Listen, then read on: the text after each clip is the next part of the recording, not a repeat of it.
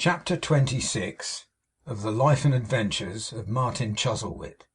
An Unexpected Meeting, and a Promising Prospect. The laws of sympathy between beards and birds, and the secret source of that attraction which frequently impels a shaver of the one to be a dealer in the other, are questions for the subtle reasoning of scientific bodies; not the less so, because their investigation would seem calculated to lead to no particular result.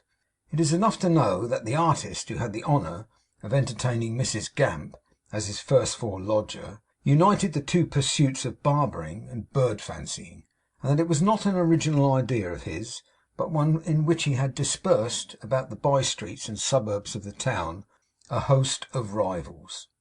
The name of the housekeeper was Paul Sweedlepipe, but he was commonly called Poll Sweedlepipe, and was not uncommonly believed to have been so christened among his friends and neighbours. With the exception of the staircase and his lodger's private apartment, Poll Sweedlepipe's house was one great bird's nest. Gamecocks resided in the kitchen, pheasants wasted the brightness of their golden plumage on the garret, bantams roosted in the cellar, owls had possession of the bedroom, and specimens of all the smaller fry of birds chirruped and twittered in the shop. The staircase was sacred to rabbits.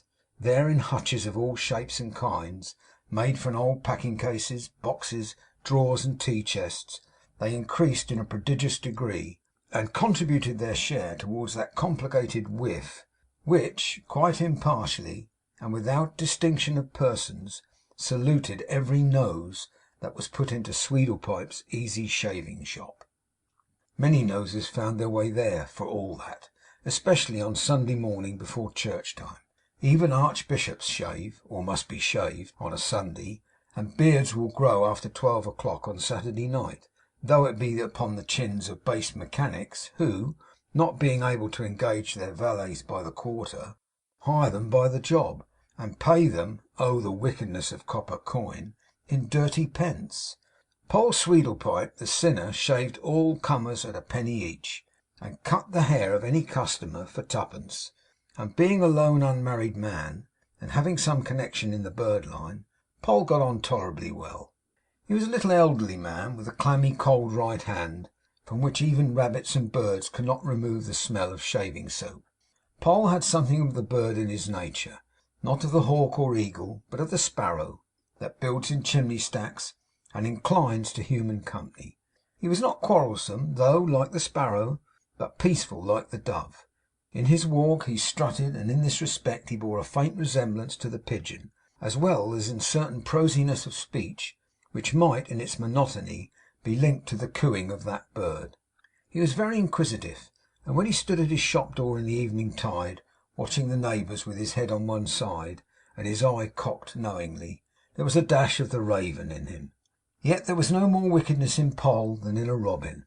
Happily, too, when any of his ornithological properties were on the verge of going too far, they were quenched, dissolved, melted down, and neutralized in the barber, just as his bald head, otherwise as the head of a shaved magpie, lost itself in a wig of curly black ringlets, parted on one side, and cut away almost to the crown, to indicate immense capacity of intellect.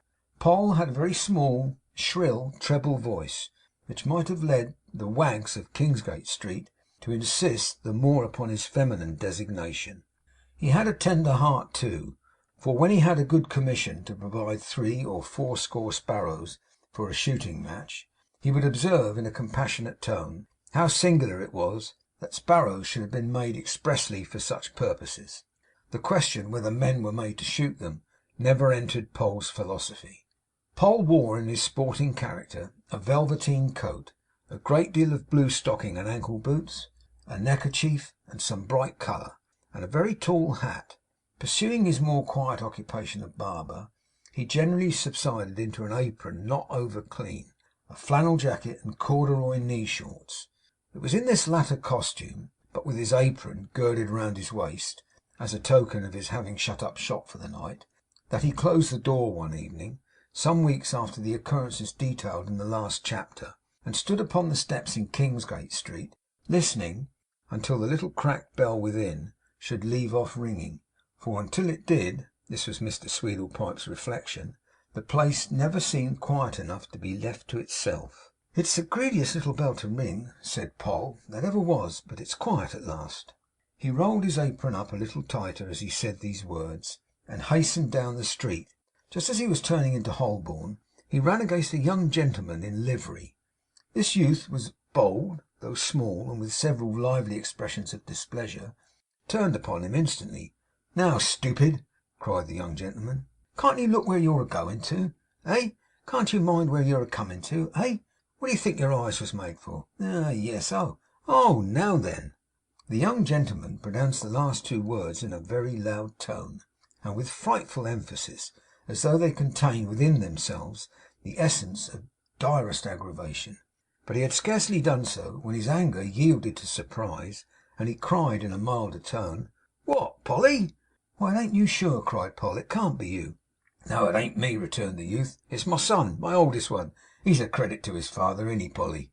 With this delicate little piece of banter, he halted on the pavement, and went round and round in circles for the better exhibition of his figure, rather to the inconvenience of the passengers generally, who were not in an equal state of spirits with himself. 'I wouldn't have believed it,' said Poll. 'What, you've left your old place then, have you?' 'Have I?' returned his young friend, who had by this time stuck his hands into the pockets of his white cord breeches, and was swaggering along at the barber's side. 'Do you know a pair of top boots when you see 'em, Polly? Look here.' 'Beautiful!' cried Mr Sweedlepipe. 'Do you know a slap up sort of button when you see it?' said the youth. 'Don't look at mine, if you ain't a judge, because these lions' heads was made for men of taste, not snobs.' 'Beautiful!' cried the barber again. 'A grass green frock coat too, bound with gold, and a cockade in your hat.' 'I should hope so too,' replied the youth. 'Blow the cockade though. It's like the wentilator that used to be in the kitchen at Todgers's. You ain't seen the old lady's name in the Gazette, have you?' 'No,' returned the barber. 'Is she a bankrupt?' 'If she ain't, she will be,' retorted Bailey. 'That business can never be carried on without me. Well, how are you?' 'Oh, I'm pretty well,' said Poll. 'Are you living at this end of the town, or were you coming to see me? Was that the business that brought you to Holborn?' 'I haven't got no business in Holborn,' returned Bailey with some displeasure. 'All my business lays at the West End. I've got the right sort of governor now. You can't see his face for his whiskers. You can't see his whiskers for the dye upon 'em. That's a gentleman, ain't it? You wouldn't like a ride in a cab, would you? Why, it wouldn't be safe to offer it. You'd faint away, only to see me a coming at a mild trot round the corner.' To convey a slight idea of the effect of this approach, Mr Bailey counterfeited in his own person the action of a high trotting horse, and threw his head so high in backing up against a pump that it shook his hat off. 'Why, he's own uncle to Capricorn,' said Bailey, 'and brother to Cauliflower. He's been through the winders of 2 Chinese shops since we've had him, and was sold for killing his missus. That's a horse, I hope.' 'Ah, you'll never want to buy any more red Polls now,' observed Poll, looking at his young friend with an air of melancholy. 'You'll never want to buy any more red Polls now to hang up over the sink, will you?'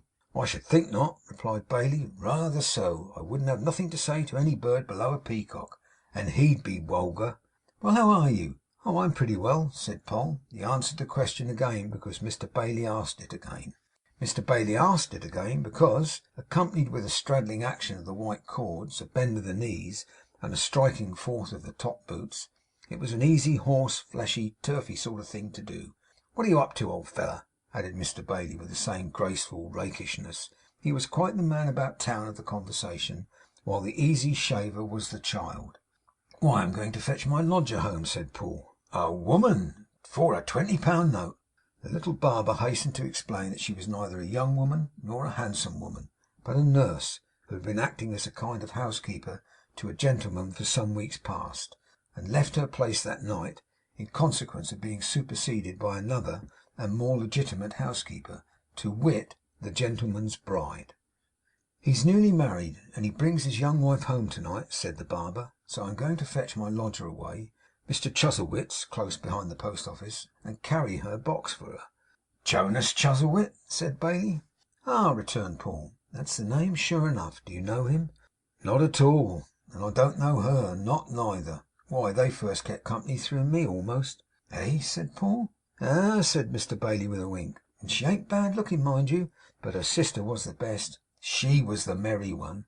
I often used to have a bit of fun with her in the old times.' Mr Bailey spoke as if he already had a leg and 3/4 in the grave, and that this had happened 20 or 30 years ago.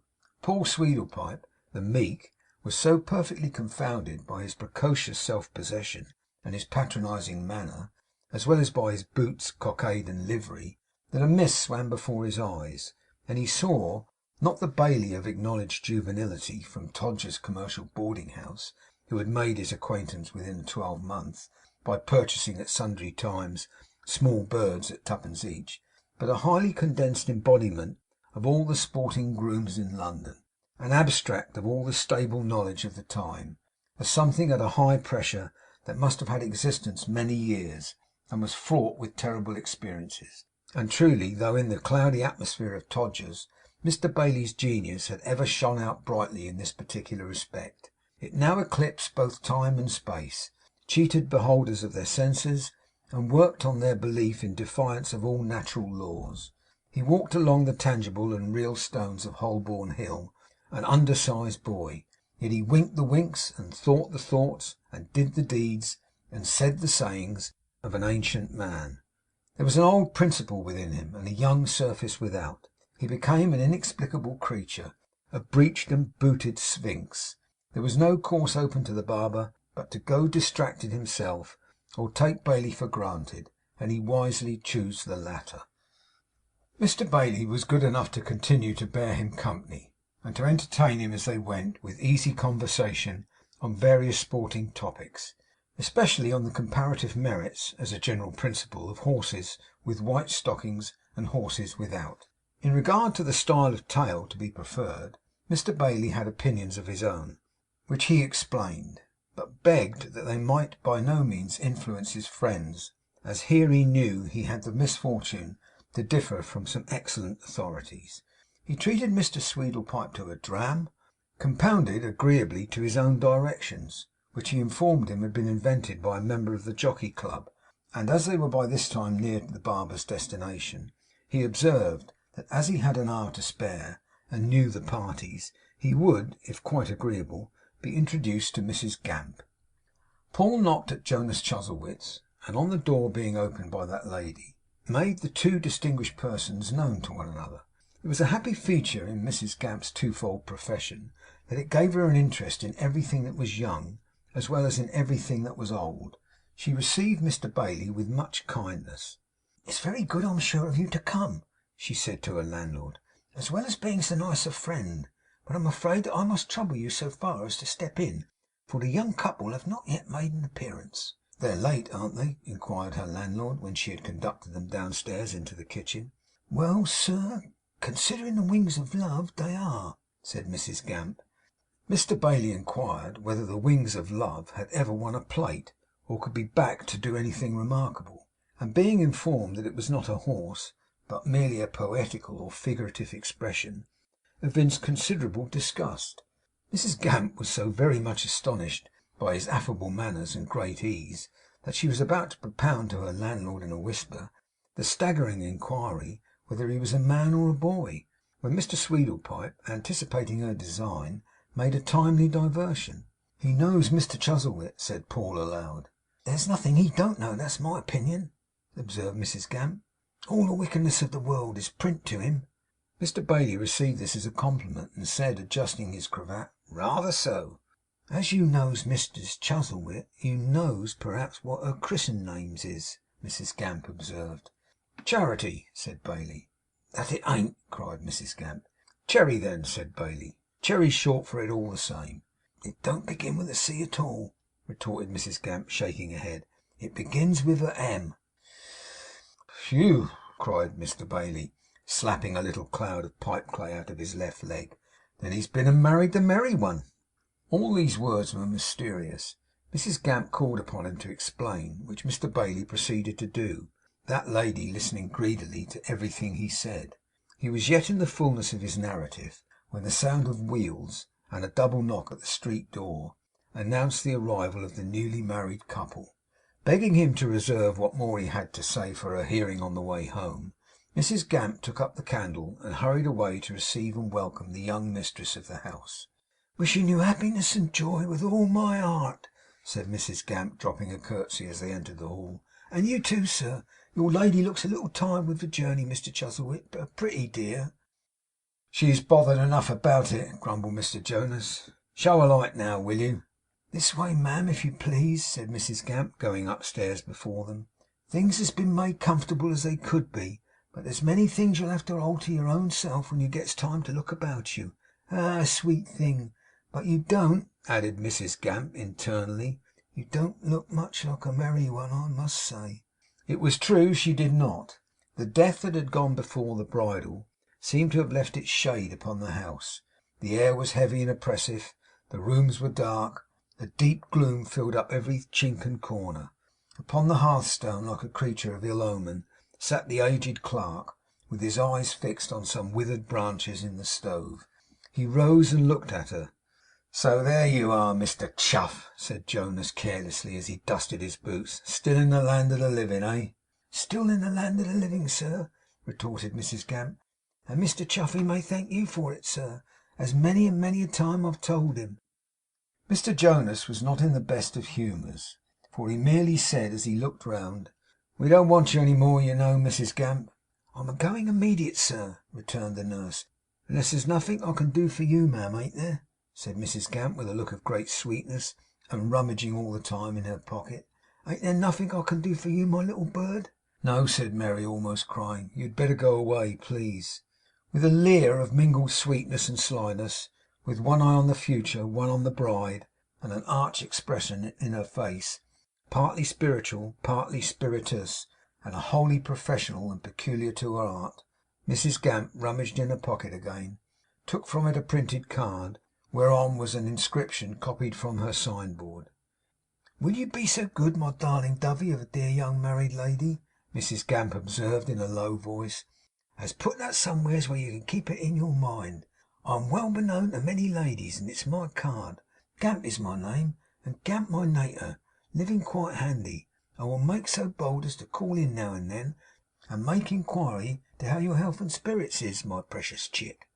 And with innumerable leers, winks, coughs, nods, smiles, and curtseys, all leading to the establishment of a mysterious and confidential understanding between herself and the bride, Mrs Gamp, invoking a blessing upon the house, leered, winked, coughed, nodded, smiled, and curtseyed herself out of the room.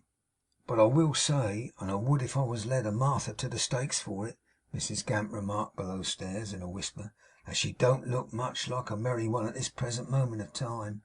'Ah! Wait till you hear her laugh,' said Bailey. 'Cried Mrs Gamp in a kind of a groan. 'I will, child.'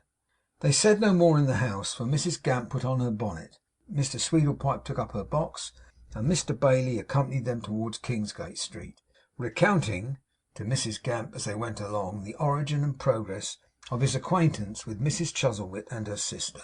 It was a pleasant instance of this youth's precocity, that he fancied Mrs Gamp had conceived a tenderness for him, and was much tickled by her misplaced attachment. As the door closed heavily behind them, Mrs Jonas sat down in a chair, and felt a strange chill creep upon her. Whilst she looked about the room, it was pretty much as she had known it, but appeared more dreary. She had thought to see it brighten to receive her. 'It ain't good enough for you, I suppose?' said Jonas, watching her looks. 'Why, it IS dull,' said Mary, trying to be more herself. 'It'll be duller afore you're done with it,' retorted Jonas, 'if you give me any of your airs. You're a nice article to turn sulky on first coming home. Ecod, you used to have life enough when you could plague me with it. The gal's downstairs. Ring the bell for supper while I take me boots off.' She roused herself, and looking after him as he left the room, to do what he desired, when the old man Chuffey laid his hand softly on her arm. 'You're not married?' he said eagerly. 'Not married?' 'Yes, a month ago. Good Heaven, what is the matter?' He answered nothing was the matter, and turned from her. But in her fear and wonder, turning also, she saw him raise his trembling hands above his head, and heard him say, 'Oh, woe, woe, woe upon this wicked house!' It was her welcome home. Chapter 26